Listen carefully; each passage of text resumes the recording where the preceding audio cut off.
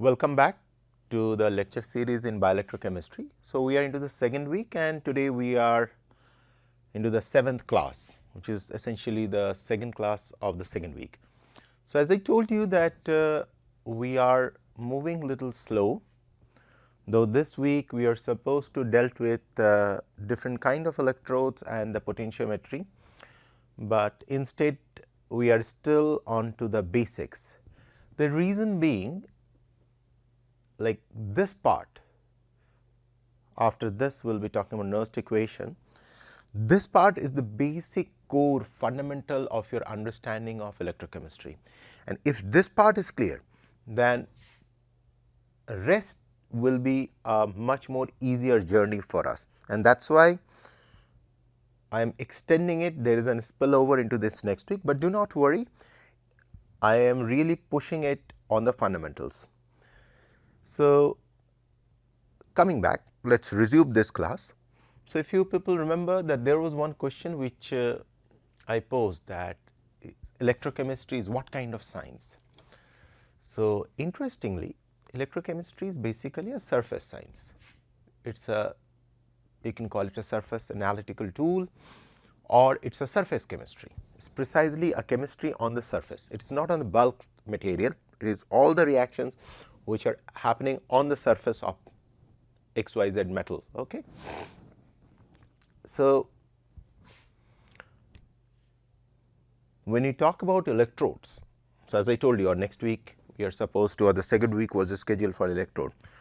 The very fundamental electrode is called the reference electrode or standard hydrogen electrode. In short, they call it SHE.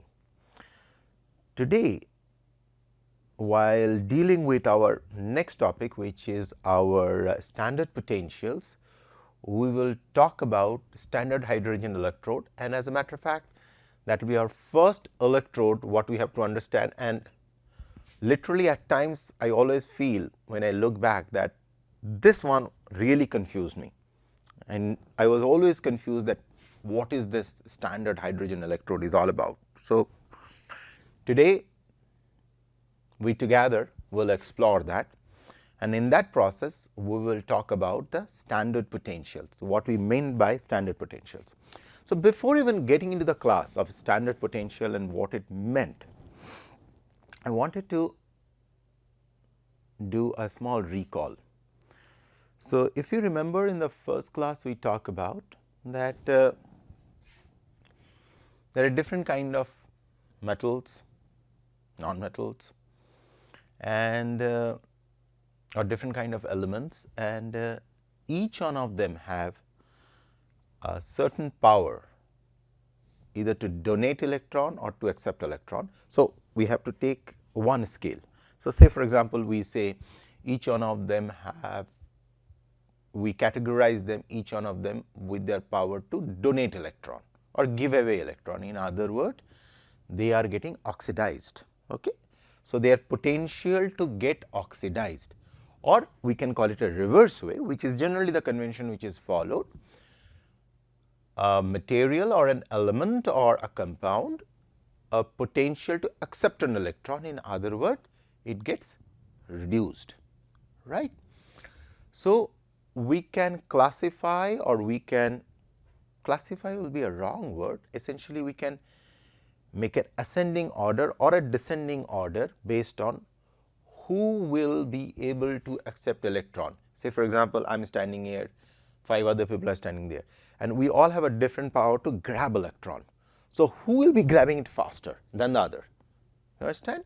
So, based on the power, say I have say this much horsepower, say 10 horsepower, someone has 5 horsepower, someone has 3 horsepower, I can put a categorization saying that okay, he has 10 horsepower, he can drag the electron faster. Okay. So, in other words, one can classify any material based on this unique surface property of accepting electron or giving away electron. and again I told you, you have to follow one scale. You can follow both the scale, but you have to be careful which scale you are. So, you have to give the reference that I am following the oxidation scale or I am following the reduction scale. Okay. So, now if we say that every material has a power to accept electron or to donate an electron, you can classify them. Then in order to develop any kind of scale, whether the based on oxidation or based on reduction, what you will be needing is, what you will be essentially needing is a reference. With respect to what? Because that way only you can classify something. Say for example, just the most easiest example, we call 7 as the neutral pH. So, anything less than 7, 6, 5, 4, 3, 2, 1, 0, they are all acidic side, and obviously 2 is more acidic than 6. Similarly, anything more than 7, 8, 9, 10, 11, 12, 13, 14, they are all alkaline. So, what we say is 14 is more alkaline as compared to say 8. So, there is a scale. So, your reference is at 7. So, similarly in electrochemistry or any kind of electrical measurement, you needed a reference and you have to develop that reference, and that reference is another electrode, and that is what we call as standard electrode. So, that will be our learning about the first electrode, and as I mentioned in the assignment that electrochemistry is a surface science or a surface chemistry. So, we will talk about those reactions which happen on that standard electrode and how we measure it. So, let us start with, so we are into our, with this background.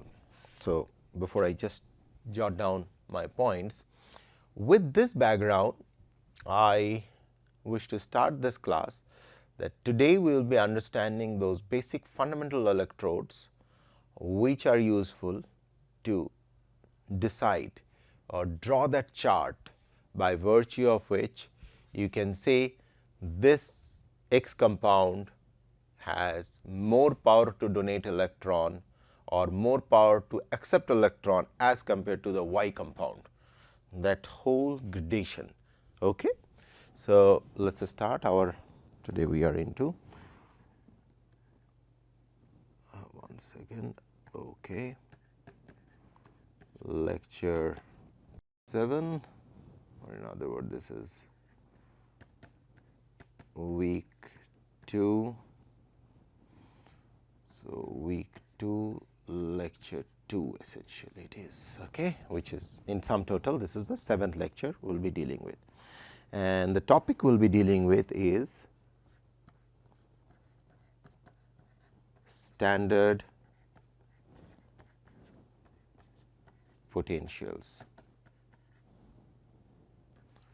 Before we get into the standard potentials, let us recollect what we, where we ended up the last class. So, if you remember the last class we had this cadmium and silver electrode.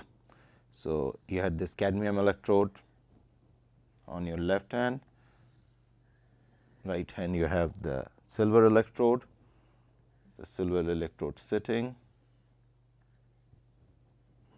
you have the cadmium electrode sitting,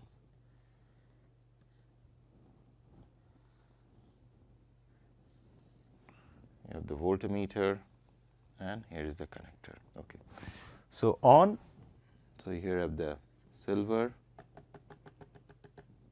sitting in a solution of AgNO3,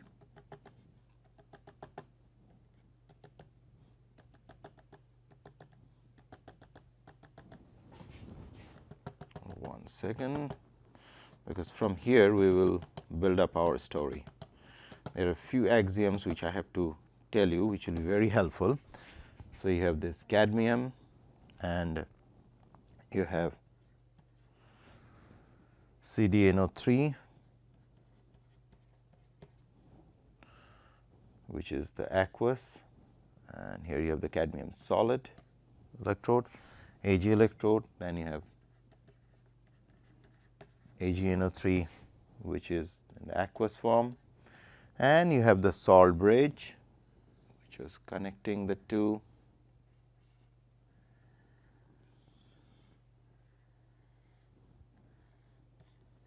Okay, and the salt bridge had the KNO3, potassium ions which were moving like this, and if you recollect, those potassium ions were leaving this part, and you have the NO3 ions moving inside from the cathode side. This is your cathode, this is your anode, where you are having the oxidation taking place, cathode is where you have the reduction taking place, and this is where we observe that some of the cadmium ions getting inside the salt bridge and some of the NO3 ions coming out from the salt bridge this side. Okay. Here you have the NO3 minus, and this is your salt bridge. More or less this is what we have talked about, and we told that on this cadmium surface we are having the oxidation taking place. This oxidation leads to liberation of electrons. This electron goes on the voltmeter. This is the negative terminal and this is the positive terminal. I will come to this axiom. So, this electron goes to the negative terminal, and on the AG surface where you are having the reduction taking place. So, electron is traveling, essentially this is where you are having the reduction happening on this surface, okay, on the surface of cathode. And if you remember the reaction what we talked about, 2 Ag plus on the aqueous side plus 2 electrons making it 2 Ag solid, silver solid, whereas on the cadmium side you have cadmium which is solid making cadmium 2 plus which is in aqueous. As you could see, the cadmium 2 plus coming into the aqueous solution, whereas in that process it liberates those electrons, and these are the electrons which are getting carried. And in summary, if we follow up in the last class what we talked about, the voltage measured in this figure, this is where you are measuring the voltage. Okay. The voltage measured is the difference of the electric potential between silver electrode on the right and cadmium electrode on the left. Okay. So, basically voltage measured is the difference in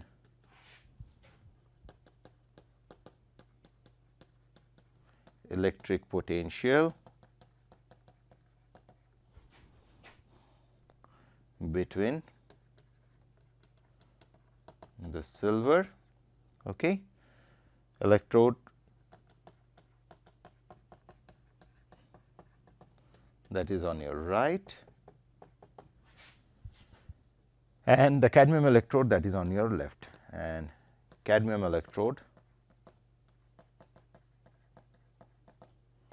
on your left.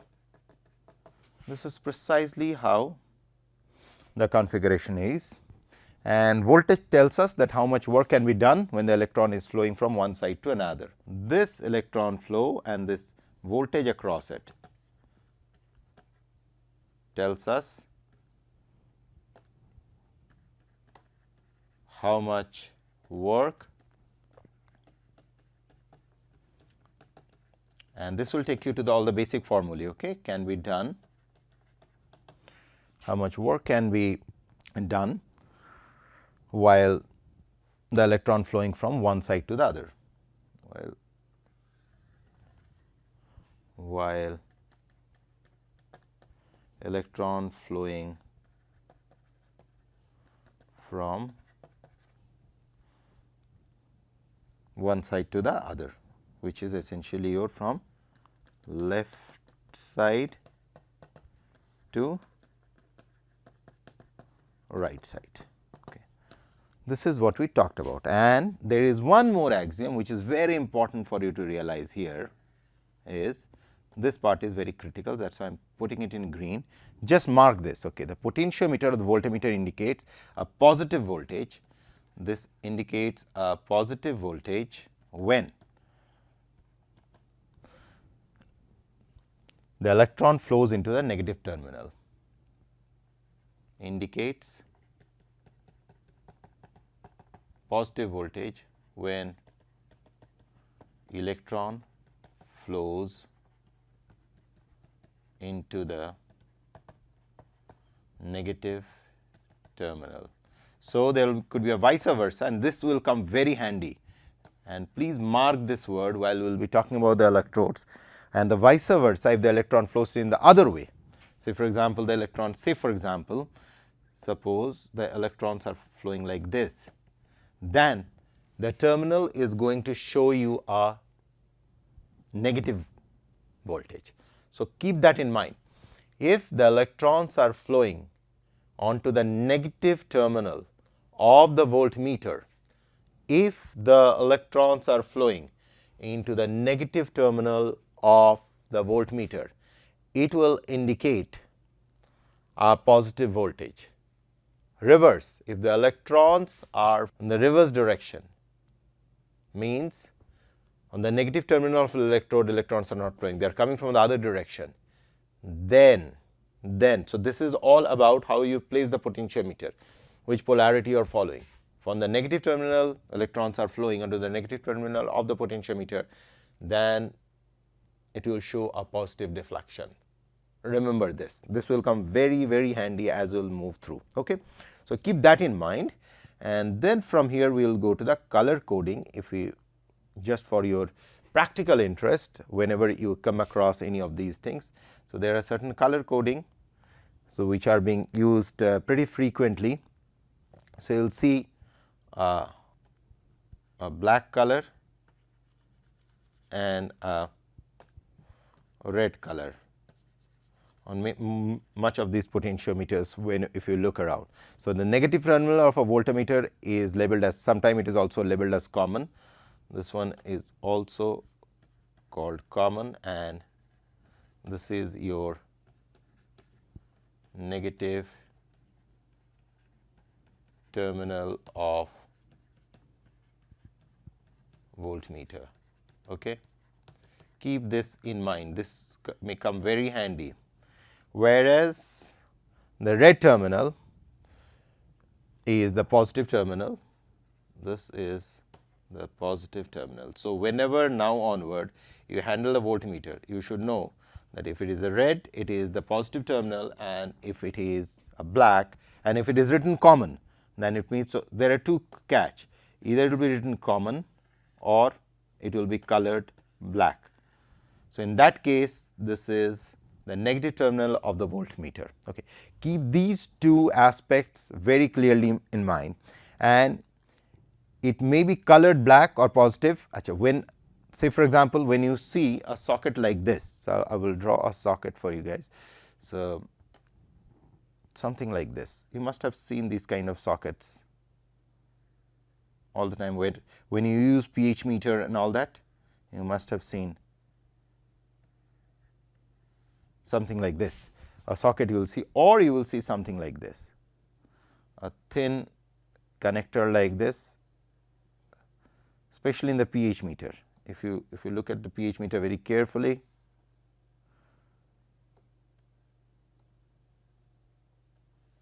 something like this. So, the positive terminal is the where at the center, the inside the connector. So, in other word, so here your positive is like this out here, and this rim what you see is where the negative is. So, try to realize if sometime you want to do some kind of a trick. So, is the center which is the positive and the outer periphery is the negative. Okay. Similarly, if you look at these older style ones, which is mostly you see in devices imported from US, you will observe this one, there is an additional thin stuff, like, you know. So, these pH meters, this is called the reference or negative terminal, and the pH is on the positive terminal. So, this is the positive terminal, which is pH positive terminal.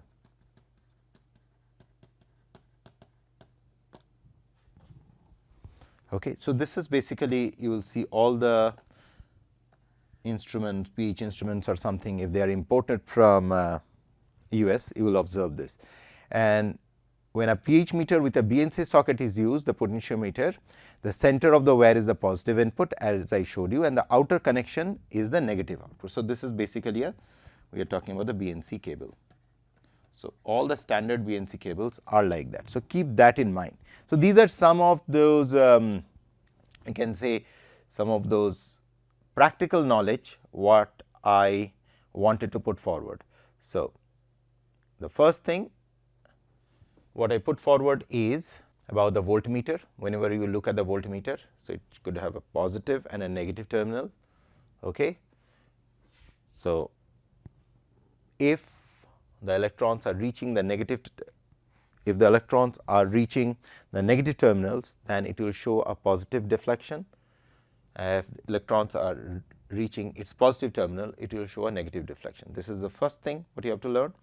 And the second thing is, some of these BNC cables, whenever you use, you should know that which terminal is what. So, the center of these BNC cables will be positive and the outer periphery will be negative.